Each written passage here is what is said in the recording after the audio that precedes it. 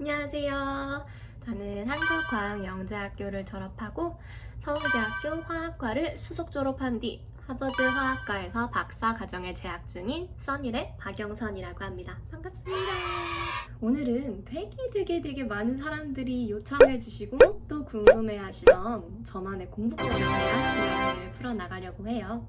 사실은 저는 이 주제에 대해 굉장히 많이 망설였어요.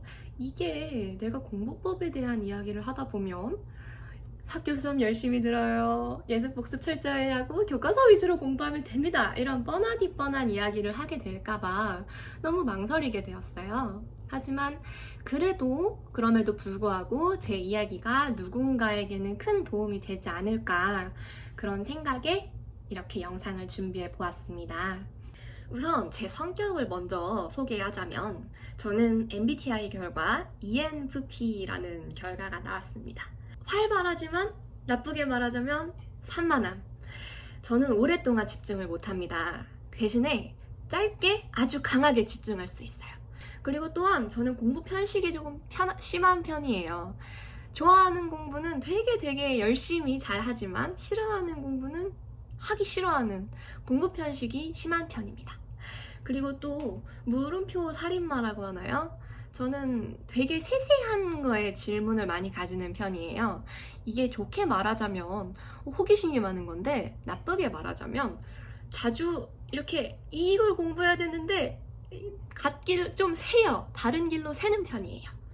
그래서 이런 성격을 가지고 있는 분이라면 제 공부법이 조금 더 잘 맞을 거라고 생각을 합니다.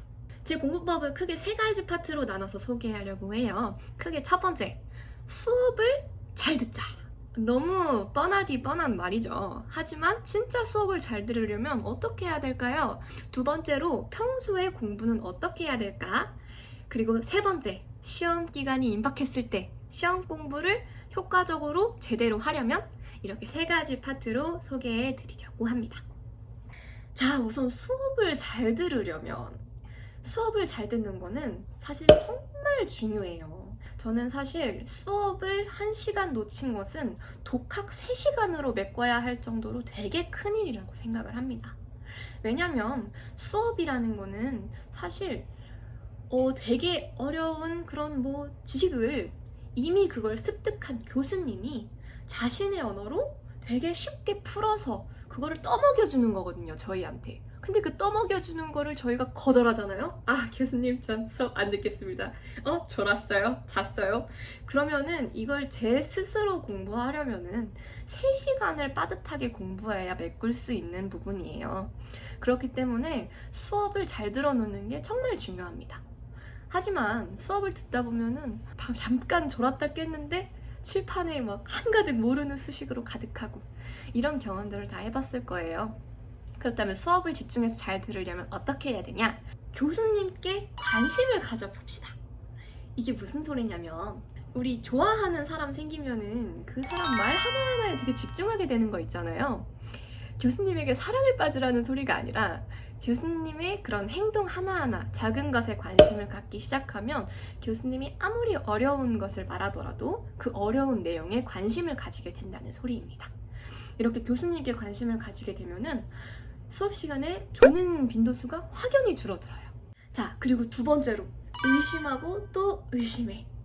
교수님이 하시는 말씀이 과연 100% 맞는 말일까요? 물론 한 99%는 맞겠죠. 하지만 이런 교수님이 하는 말들을 무조건 받아 적고 무조건 그래, 맞을 거야, 이렇게 받아들이는 게 결코 좋은 태도는 아니라고 생각합니다. 수업을 들을 때 교수님 말 한마디에 의심해보는 습관을 가져보세요. 그렇게 되면 어떻게 되냐면, 교수님의 말을 수동적으로 듣는 게 아니라 능동적으로 곱씹게 돼요. 수업 시간이 그냥 이렇게 받아 적고, 그렇지, 방금 뭐라 하셨지? 놓쳤어. 이렇게 아등바등 꾸역꾸역 받아들이는 시간이 아니라, 방금 그 내용 맞을까? 이 상황에선 틀릴 것 같은데? 이렇게 제 것으로 곱씹는, 소화시키는 재밌는 시간이 됩니다. 자, 그리고 세 번째, 질문을 합시다. 이게 질문의 중요성은 다들 알고는 있을 거예요.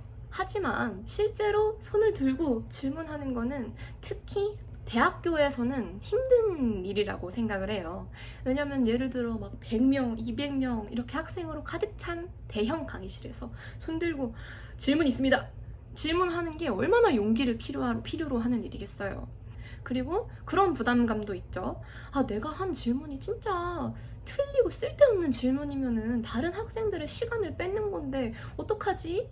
이런 생각이 다들 들 겁니다.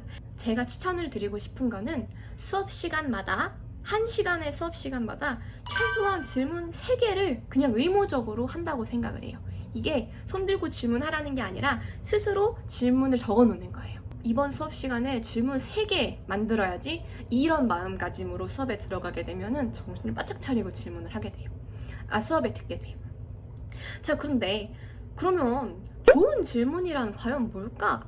이게 참 힘든 일이에요. 우리가 수업을 듣다 보면 저 친구 대체 왜 이런 걸 물어봐?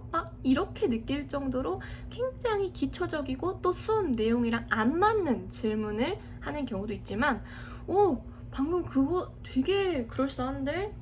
난 생각지도 못한 부분인데? 괜찮다. 이렇게 고개를 끄덕이게 되는 좋은 질문도 있습니다. 그래서 좋은 질문을 하려면 어떻게 해야 될까? 우선 첫 번째로 용어와 개념 위주로 다시 한번 생각을 해보세요.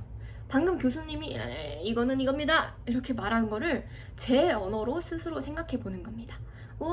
A는 이거므로 B다. A는 B다? 이게 맞나? 아리까리하면 그게 질문이 됩니다. 교수님, A는 B다 이렇게 말씀하신 거 맞습니까? 이렇게 질문하면 됩니다.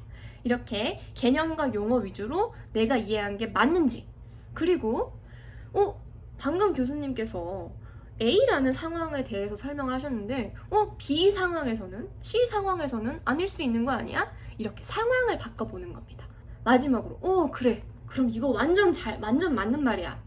그러면 이거를 어디에 쓸까? 실생활에 쓰이는 사례를 궁금해하면 됩니다.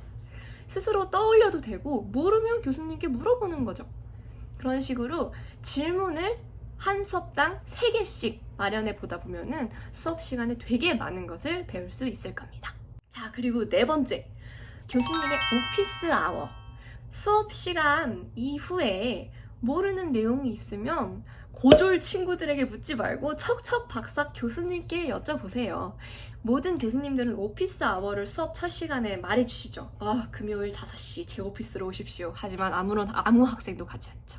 하지만 이 오피스 아워를 활용하다 정말 10분 활용하면은 수업을 정말 잘 들을 수 있어요. 이 오피스 아워는 교수님께서 학생들을 위해 그냥 시간을 비워둔 거거든요. 그래서 진짜 교수님 저 그냥 처음부터 끝까지 모르겠어요 이렇게 물어봐도 교수님께서는 그 시간을 정말 친절하게 잘 설명해 주실 겁니다.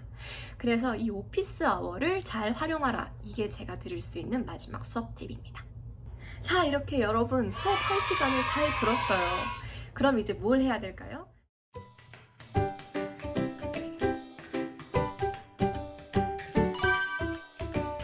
일상생활 때는 공부를 어떻게 하는 게 좋을까요? 당근과 채찍 공부법을 사용을 해요.